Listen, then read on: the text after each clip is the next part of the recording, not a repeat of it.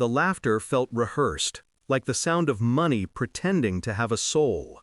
Crystal glasses chimed under soft chandeliers while I sat at the far end of the table, the only one without a stake. The smell of butter and blood drifted through the air. My wife's sister, immaculate in pearls, slid a chipped plate toward me. "Leftover pasta," she said, smiling with the kind of politeness that tastes like arsenic.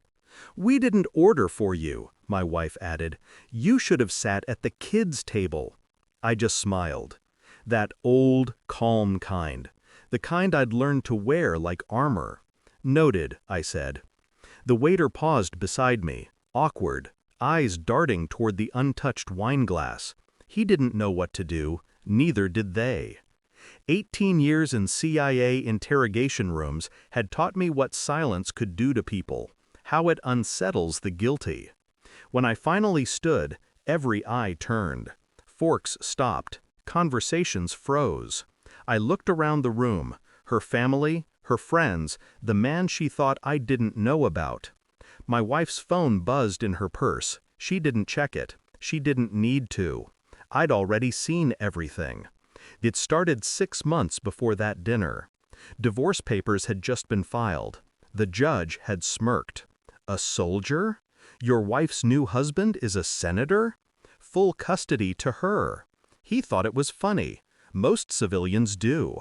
They think men like me disappear quietly. But that night, my daughter called, voice cracking through sobs. "Daddy, he locked me in the basement. 3 days. No food. Mommy said it was my fault." I didn't speak, didn't curse, didn't cry, just listened. Her breath was thin, trembling through the receiver like the last note of a broken violin. When she hung up, I stared at the wall for a long time. The clock ticked. The refrigerator hummed. I realized something simple, something absolute. Some men hide behind power. Others build it. By morning, I'd made one call. I started small, background checks, metadata. The senator's encrypted emails, wide open once I knew which hand he used to stir his coffee. His offshore accounts, his mistress in Prague, his campaign donations that smelled of shell companies and quiet bribes. Then the judge, the one who laughed. His search history was colorful. I didn't need to fabricate evidence, I only needed to organize it. Truth is the sharpest weapon if you know where to aim. My wife? She'd been siphoning from my retirement fund for years, masked as household maintenance. I traced it to an account under her sister's name, the same one now handing me cold pasta. I remained silent, smiled when they called me bitter, unstable, too intense.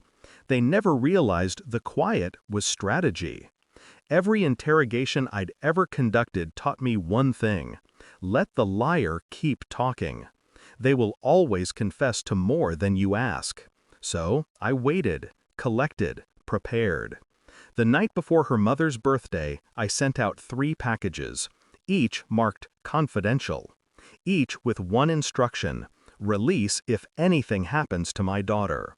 Inside, records, footage, dates, transfers, enough to end careers, destroy reputations, and trigger investigations that would stain entire bloodlines. Then came dinner. When I stood, I didn't raise my voice. I simply placed a small envelope on the table, the senator's name embossed on the front. "Happy birthday," I said. My wife's laughter cracked. Her sister's smile faltered. The senator's phone buzzed again. This time he checked it.